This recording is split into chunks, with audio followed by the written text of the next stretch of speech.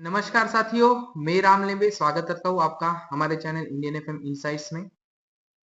साथियों, जो global geo political जो शिफ्ट हुआ है, जो अमेरिका ने कल रात जो वेनेजुला के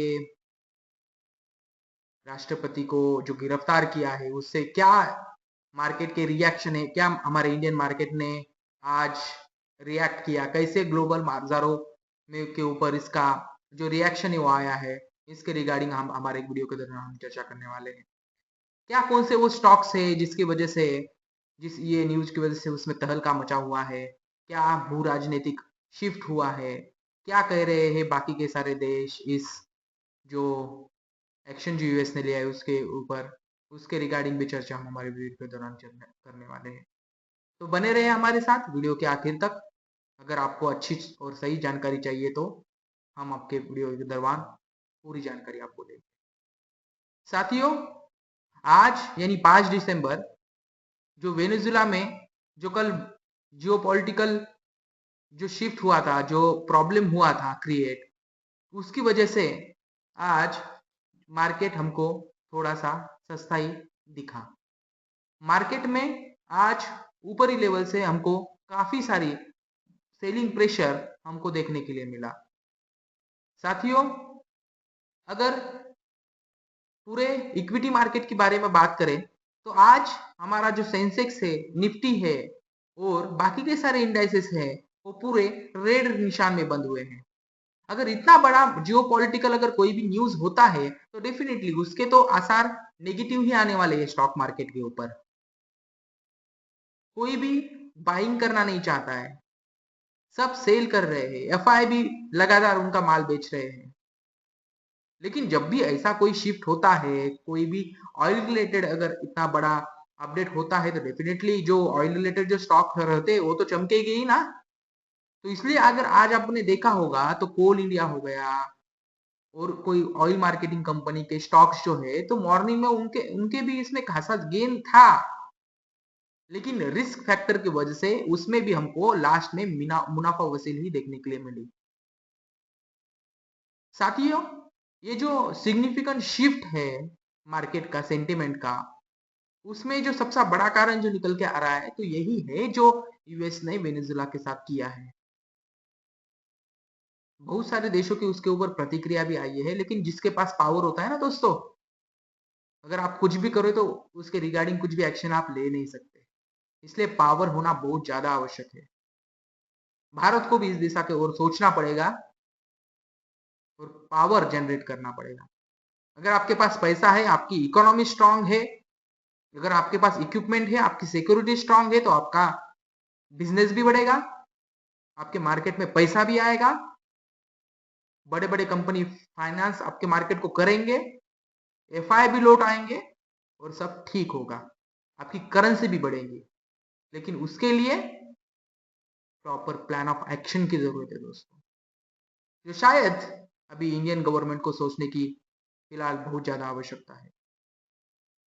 साथियों, अगर आज हमने कोटक महिंद्रा का बैंक का जो अपडेट देखा, उसमें भी हमको एक सिग्निफिकेंट ग्रोथ नजर आ रही है। ईयर ऑन ईयर भी देखे तो डिपॉजिट हमको शार्पली राइज होते हुए नजर आए हैं। अगर करंट और सेविंग अकाउंट ग्रोथ के बारे में अगर देखे तो उसमें भी एक स्ट्रॉन्ग कस्टमर का ट्रस्ट हमको देखने के लिए मिल रहा है। इसलिए स्टॉक परफॉर्मेंस को हमको आज निगेटिव ट्रेजेक्टरी में देखने के लिए मिला। तो हो सकता है आने वाले दिनों में कोटक महिंद्रा में एक शानदार रिकवरी रैली हमको आने वाले कई दिनों में देखने के लिए मिल सकती है। उसके बाद दोस्तों, अगर हम सुजलॉन एनर्जी के बारे में बात करें तो सुजलॉन एनर्जी आज सिग्निफिकेंट लॉस जो था वो नजर आया है कंसेक्यूटिव 4 और 5 क्वार्टर के बाद। लेकिन फिर भी दोस्तों, अगर स्ट्रांग अगर उसकी अगर ऑर्डर बुक देखे तो बहुत बहुत ज्यादा स्ट्रांग है, जो मार्केट के लिए एक अच्छा बात, सुजलॉन कंपनी के लिए एक अच्छी बात मानी जा रही है। इसलिए डिमांड ज्यादा होने की वजह से सुजलॉन में भी काफी अच्छी स्टॉक डिमांड हमको आने वाले दिनों में देखने के लिए मिल सकती है। अभी गवर्नमेंट भी क्या कर रही है, गवर्नमेंट भी रिन्यूएबल एनर्जी के बारे में ही सोच रही है, नए नए प्लांट, नई नई स्कीम्स गवर्नमेंट भी लॉन्च कर रही है, तो उसका डेफिनेटली फायदा हमारे सुजलॉन जैसे और रिन्यूएबल एनर्जी जैसे जो स्टॉक्स रहते हैं उसके ऊपर आएगा। तो नजर बनाए रखना सुजलॉन एनर्जी के स्टॉक्स के ऊपर भी। लॉन्ग टर्म में एक अच्छा स्टॉक ये माना जाता है, ये कोई बाय और सेल रिकमेंडेशन नहीं है, आप आपका खुद का रिसर्च जरूर करिएगा।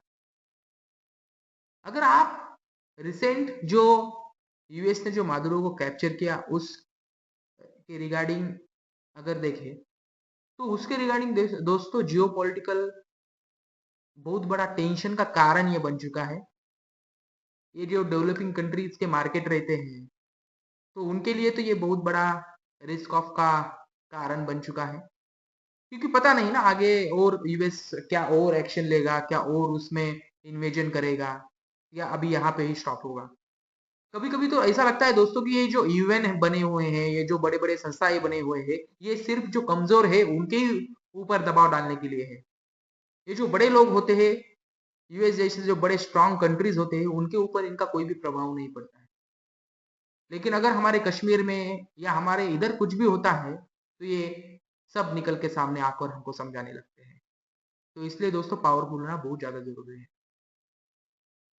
अगर आगे चल के अगर जैसे डोनाल्ड ट्रम्प साहब ने भी बोला कि यूएस की जो रिफाइनरीज है, यूएस की जो बड़ी बड़ी कंपनीज है, वो हो सकता है कि जो वेनेजुला के जो ऑयल रिफाइनरीज है, ऑयल का जो उनका मार्केट है उसके ऊपर आने वाले दिनों में वो भी क्रूड ऑयल का माइन करेंगे।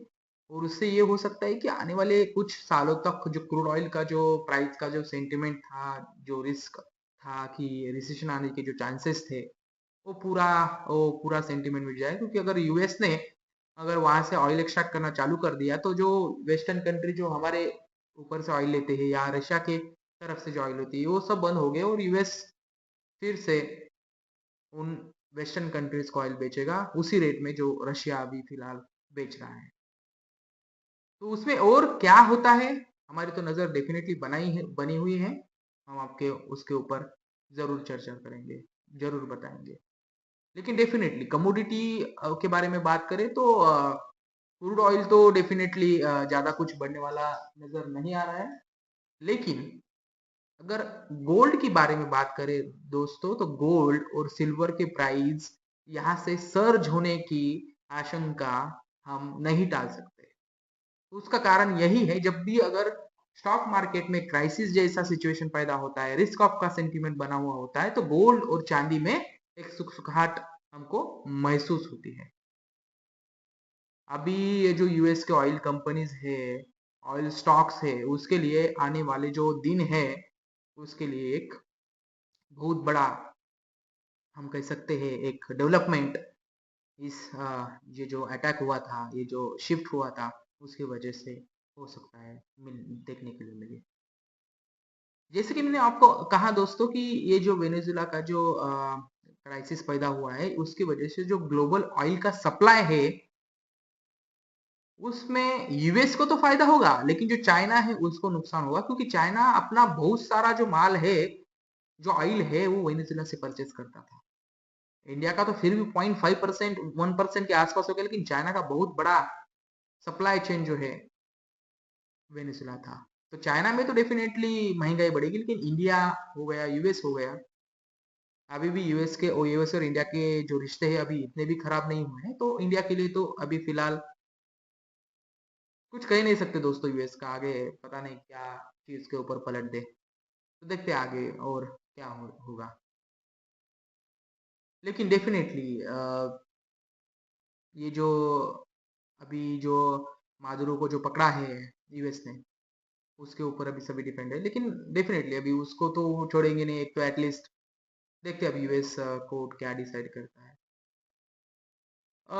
यही अभी जो जियो पॉलिटिकल रिस्क बना हुआ है दोस्तों, तो ये हमारे जो इंडिया के जो भी जो स्टॉक्स है ऑयल मार्केटिंग कंपनी के, जो उसमें एक स्ट्रांग कम कम दाम पे अगर क्रूड मिलेगा, तो उसमें भी प्रॉफिटेबिलिटी आगे चल के हमको शायद देखने के लिए मिल सकती है। बने रहे दोस्तों हमारे साथ ऐसे ही वीडियो के ऊपर, ऐसे ही सब्जेक्ट के ऊपर जो मार्केट को डायरेक्ट इम्पैक्ट करती है, ऐसे ही न्यूज़ के ऊपर हम डेली हमारे वीडियो के दौरान चर्चा करते हैं। तो हमारे साथ बने रहें।